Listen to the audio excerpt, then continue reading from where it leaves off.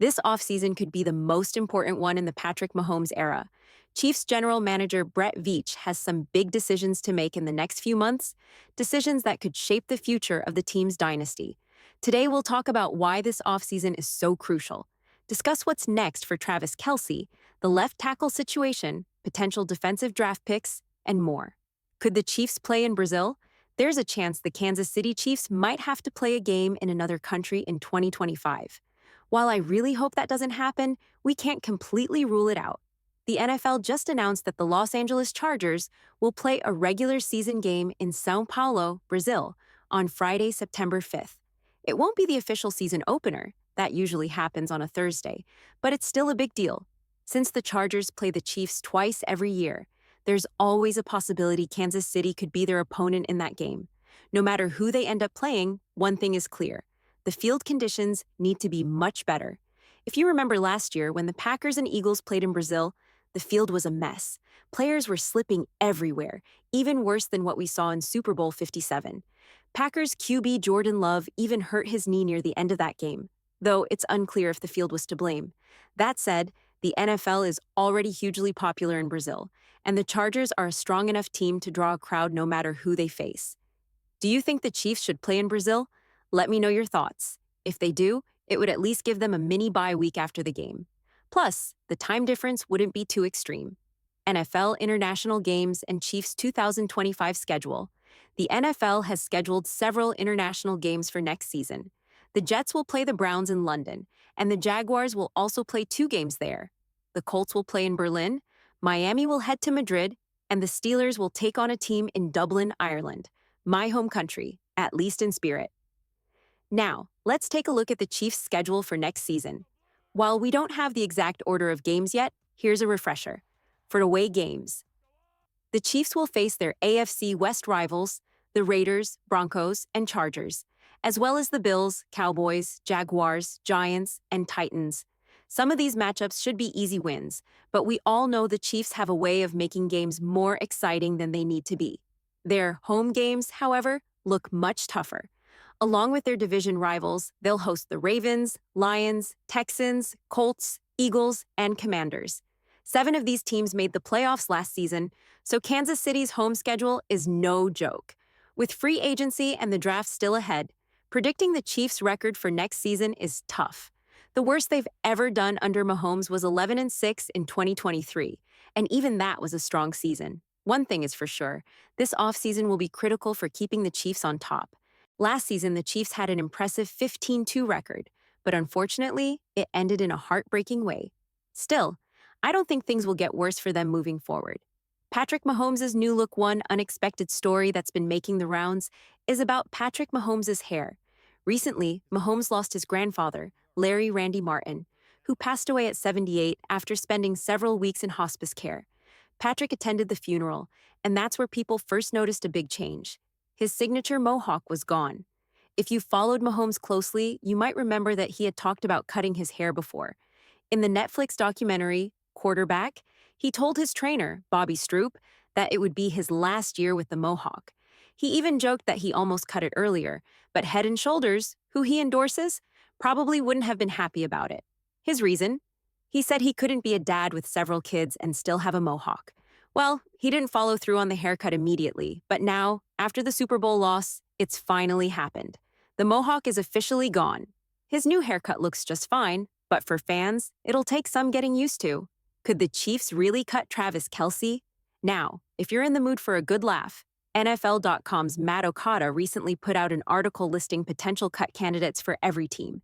While some of the names make sense, the one he suggested for the Chiefs was shocking: tight end Travis Kelce. To be fair, Okada didn't say Kelce should be cut, just that he could be. His reasoning? If the Chiefs moved on from Kelce, they would free up $17.3 million in cap space. He also pointed out that Kansas City has let go of an all-time great tight end before, Tony Gonzalez. However, that comparison doesn't really hold up. Gonzalez wanted out of Kansas City and asked for a trade so he could chase a ring with the Atlanta Falcons. Kelce, on the other hand, already has his rings and has made it clear he has no interest in playing anywhere else. So let's put this to rest. There's no way the Chiefs are cutting Travis Kelce. It would be insane. That said, he is in the last year of his contract, and restructuring his deal to lower the salary cap hit isn't really an option unless they add void years to his contract, which the Chiefs rarely do. Most likely, they'll just take on the full cap hit and move forward. And honestly, Kelce deserves every penny. He has been underpaid for years while putting up stats that rival the best wide receivers in the league. Since 2018, he's been producing like a top 5 receiver, not just a top tight end. So, the real question isn't whether the Chiefs will cut Travis Kelce, it's whether he will decide to play next season. According to The Athletic's senior reporter, Diana Rossini, there are already discussions about that. Will Travis Kelce return in 2025?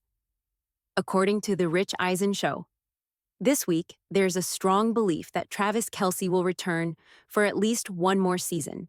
The Chiefs feel confident that he still has something left in the tank, and Kelce himself has said he wants to ride until the wheels fall off. Given everything he's accomplished, why not go for one last run? That being said, the Chiefs likely didn't plan for Kelce to play as many snaps as he did in 2024. At 35 years old, he played nearly 82% of the offensive snaps, more than any other pass catcher on the team. For comparison, he played 68.6% or of the snaps in 2023, partly due to injury, and 79.5% or in 2022. The last time he played over 82% was back in 2019, when he hit on 92%. But expecting him to maintain that level at 36 is simply unrealistic. Of course, circumstances forced the Chiefs to rely on him more. Hollywood Brown was lost on the first snap of preseason, and Rashee Rice went down early in the regular season. With Mahomes missing 2 key targets, adjustments had to be made. Even so, Kelce still had an impressive year, ranking 3rd among all tight ends in receptions, 97, and 5th in yards, 823. It wasn't a dominant season by his standards, but it was far from disappointing. He may not have the same speed or burst as before, but he still showed flashes of greatness, especially in the playoff game against the Texans, where he went off. The Chiefs' future at receiver. If Kelce returns, he can still be a key contributor, but he shouldn't have to carry the offense anymore, and that's completely fine. Xavier Worthy took a massive step forward late in the season and had a breakout performance in the Super Bowl, even if some of it came in garbage time. Meanwhile, Rashee Rice was off to a dominant start in 2024 before his injury. Once he returns from his expected suspension to start the 2025 season, he and Worthy could form a dangerous 1-2 punch at wide receiver. The Chiefs also have some big decisions to make at wide receiver in free agency.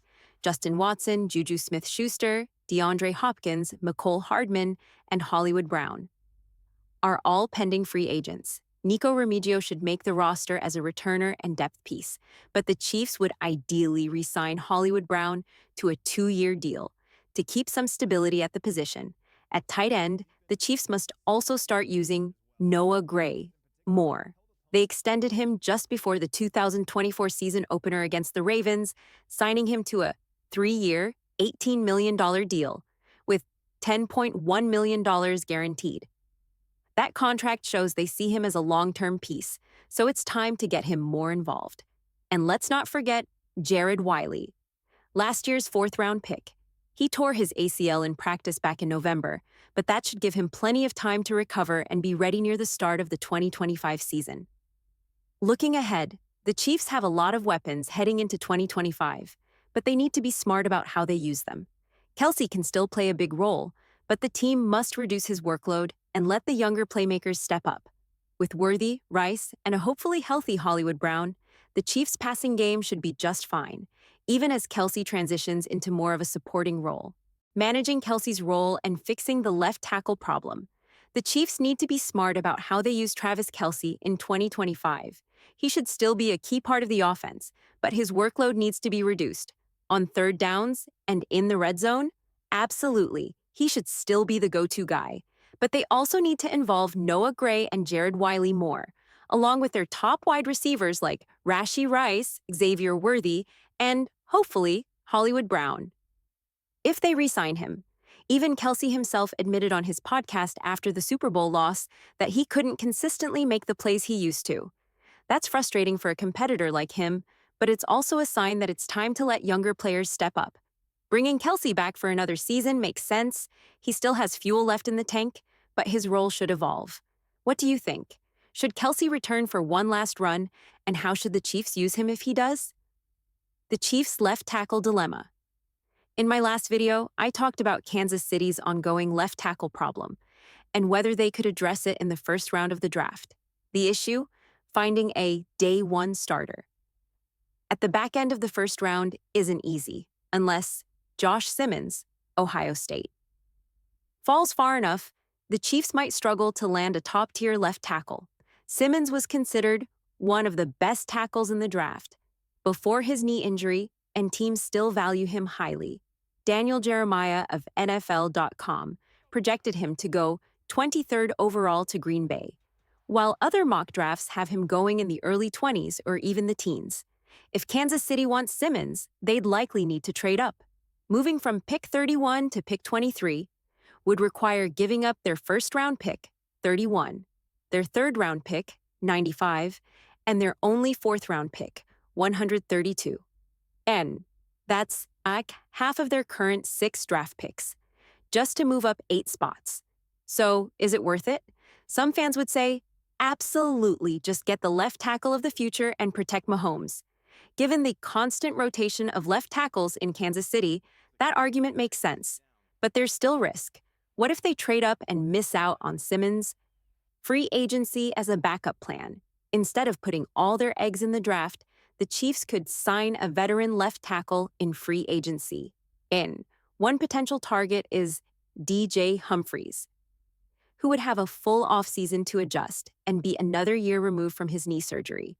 The Chiefs used a similar strategy in 2023, signing Donovan Smith to a 1-year deal, just days after the draft. That move gave them a reliable stopgap at left tackle without forcing a risky draft trade. If they can find another veteran this offseason, they won't have to gamble everything on landing Simmons. Or, the bottom line, Kansas City has options. They can go all in on a trade for a top left tackle, betting big on protecting Mahomes. Or they can play it safe by adding a veteran and keeping their draft picks. Either way, fixing the left tackle position is a top priority this offseason. What would you do? Trade up for a young talent or sign a proven veteran and keep the draft picks? Chiefs' left tackle strategy, free agency or draft. Last year, the Chiefs went into the draft without a clear left tackle plan and ended up signing Donovan Smith to a 1-year deal after failing to land their guy. They might not want to take that same risk again. Instead, Kansas City could pursue a proven left tackle in free agency and address another key need in the draft. Potential free agent left tackle targets include Ronnie Stanley, Ravens. When healthy, he's one of the league's best. Cam Robinson, Jaguars. A solid veteran presence, Alaric Jackson, Rams. A rising talent who may hit free agency. If the Chiefs lock in a left tackle before the draft, they won't have to trade up for one, allowing them to keep their picks and reinforce other positions, like the defensive line. Defensive line concerns. Kansas City is facing a potential defensive line shakeup hits, with multiple free agents: Mike Pennell, DT, Tershawn Wharton, DT, Derek Nady, DT, Charles Omenihu. DE. Wharton had an underrated year, finishing second on the team in sacks, 6.5, and third in pressures, 42. If the Chiefs can re-sign him, they should. However, Omenihu might be too expensive to bring back, meaning the Chiefs could look for a pass rusher in the draft. Potential draft targets: edge and interior D-line. If Omenihu leaves, the Chiefs need a pass-rushing boost alongside George Karlaftis and Felix Anudike-Uzomah. Here are a couple of intriguing edge rushers. James Pierce Jr., Tennessee DE, 6 feet 5 inches, 243 pounds. Elite speed, 4.49 40-yard dash. Lighter than Spagnuolo's usual edge rushers. So he may not be a perfect fit. Shamar Stewart, Texas A&M DE, 6 feet 5 inches, 243 pounds. 281 pounds. Bigger, more physical edge presence. Still raw, but has serious potential. With 41 defensive tackles invited to the 2024 Combine. Compared to just 25 last year, This class is loaded with talent. If the Chiefs opt to go interior D-line, they'll have plenty of options. Final thoughts. The Chiefs' approach depends on free agency. If they sign a veteran left tackle, they can focus on bolstering the defensive line in the draft. If they don't land a tackle, they might be forced to trade up for one, limiting their ability to strengthen the defense. What do you think? Should they lock in a veteran LT now and go after pass rushers in the draft, or take the risk of drafting a left tackle? Let's discuss. The defensive line, key to the Chiefs' success trenches, win championships. We all saw it play out in Super Bowl 59. If the Chiefs want to stay dominant, they must build up their defensive line, especially next to Chris Jones, who constantly draws double teams. Potential defensive tackle draft targets include Kenneth Grant, Michigan, DT, 6'3", 340 pounds. Elite run stuffer, with surprising quickness ranked. Third best DT in the draft. Per Dane Brugler, racked up 6.5 sacks in his last 2 seasons. At Michigan, Walter Nolan, Ole Miss, DT, 6'4", 300 pounds. More agile and versatile than Grant. 14 tackles for loss and 6.5 sacks in 2023. Day 1 starter potential, Derek Harmon, Oregon DT, 6'5", 330 pounds. Former run stuffer at Michigan State. Dropped weight and became a force as a pass rusher. In 2024, 5 sacks, 11 TFLs, and 39 QB pressures. Last season, any of these guys could immediately impact Kansas City's defensive front. A major need given pending free agents, Mike Pennell, Derek Nottie, and Tershawn Wharton. The Chiefs' draft outlook, a pivotal moment. Regardless of who Kansas City selects in round 1, this draft class is one of the most important of the Patrick Mahomes era. Why? Because a large chunk of their core players are either aging or entering free agency soon. Key players from the 2022 draft class on expiring deals: Jalen Watson, CB, Brian Cook, S, Leo Chenal, LB, Isaiah Pacheco, RB, Trent McDuffie, CB, George Karlaftis, DE. While McDuffie and Karlaftis have fifth-year options, others like Trey Smith and Nick Bolton could leave in free agency after this season. Meanwhile, the 2023 draft class has been a mixed bag. Rashee Rice, a huge win. Felix Anudike-Uzomah, still a question mark. Wanya Morris and Shamari Connor, solid depth pieces. BJ Thompson, Keandre Coburn, and Nick Jones didn't pan out. And the 2024 draft class is still unknown. Though, Xavier Worthy looks like a steal. Why this draft must be a home run? The Chiefs have relied on key veterans like Chris Jones, Travis Kelce, and Joe Thuney, but they're getting older. They're expensive. Kansas City needs young, cost-effective talent to maintain dominance. With fewer draft picks than in 2022, every selection must count. The extra pick from the L'Jarius Sneed trade needs to hit too. This draft could define Brett Veach's legacy. Final thoughts. What do you think? Should the Chiefs sign a left tackle in free agency and focus on the defensive line in round 1? Or do they need to take a different approach? Let me know your thoughts.